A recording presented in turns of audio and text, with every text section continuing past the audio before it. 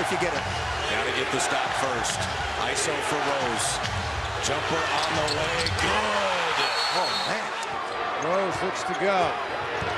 2 seconds. Rose off balance. It doesn't matter because he drilled it. Derrick Rose deserves to be an all-star.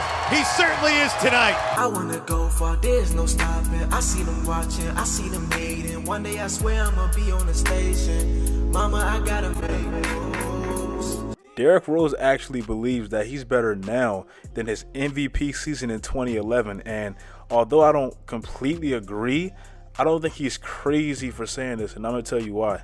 Derrick Rose will never be that player that he once was. He will never be that player that was so athletic, so many crazy dunks, so many exciting moments. He had the world on his shoulders and all that stuff. That will never happen. But in the sense of IQ, having a better feel for the game, being more mature, as he said, and actually knowing how to maintain his body and not be hurt every single season, he might be better. Also, you have to remember when Derrick Rose was dominating in 2011, although that doesn't seem like that was too long ago, that was 8 years ago, and the NBA was completely different.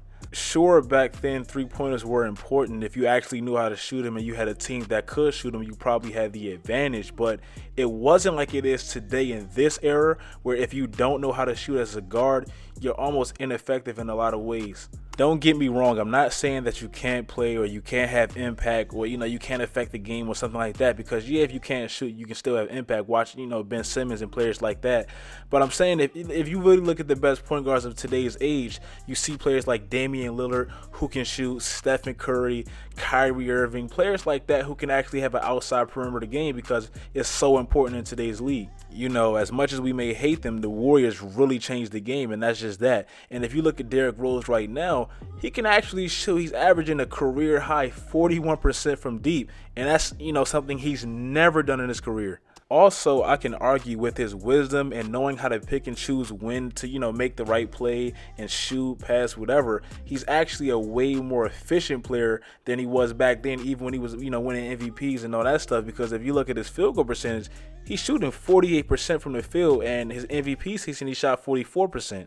And yeah, points and his stats and stuff like that are down. He's averaging 18 points rather than his MVP season where he averaged 25 points. But you got to remember, Derrick Rose isn't even starting. And you got to remember also, when he was playing in Chicago, the team was basically predicated around Derrick Rose and his system.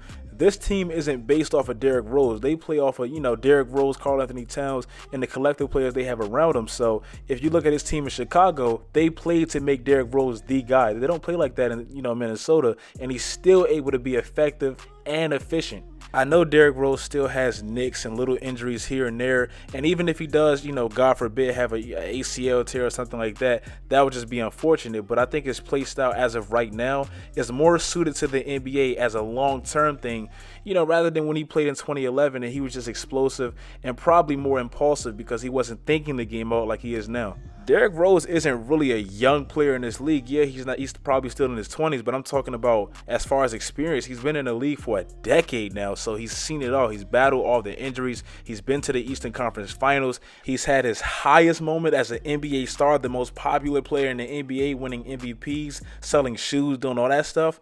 And he's had his lowest moments going AWOL on the Knicks, but considering retirement and all that stuff. He's had his moments in the NBA, and he knows how the league works. And now with the new change in the NBA style, with all this three-point ball and stuff like that, he's more suited right now for the NBA rather than 2011 in this style of game. At this point for Derrick Rose, it would just be about him getting a shot and the team actually trusting him, which a team probably wouldn't because of his history. Derrick Rose has had ACL tears, meniscus, all this stuff on his knees. So of course someone wouldn't hand him the keys and expect him to actually lead them because he has a pretty negative history with injuries. So of course, body-wise, I wouldn't dare say that Derrick Rose is better than a fresh, young 21, 22-year-old body that he had in 2011 or something like that. But as far as mentally and having that experience and knowing kind of like when to take over, when to kind of lay off, probably he's a better leader. All that stuff mixed in one with 10 years of experience, I can say he's probably a better basketball player for this NBA style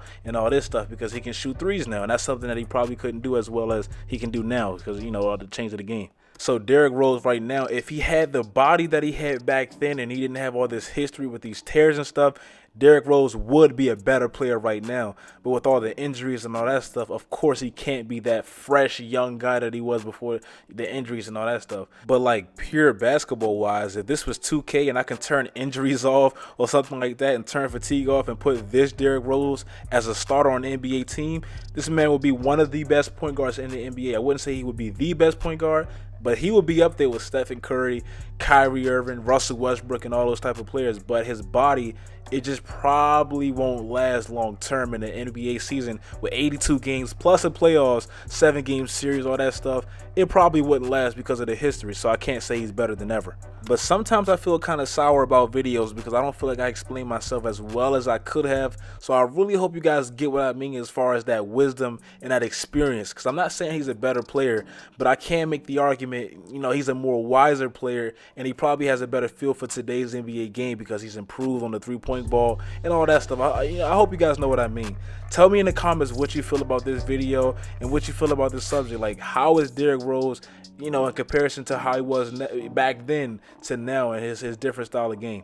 That's the video though, guys. I hope you guys enjoyed the video. Like I said, comment. I love seeing you guys' comments because sometimes you guys enlighten me. Like with the D'Angelo Russell trade video, a lot of you guys kind of changed my mind and my perspective on that. So I love it when you guys comment, follow my social media sites, do all that great stuff, guys. And until next time, stay tuned.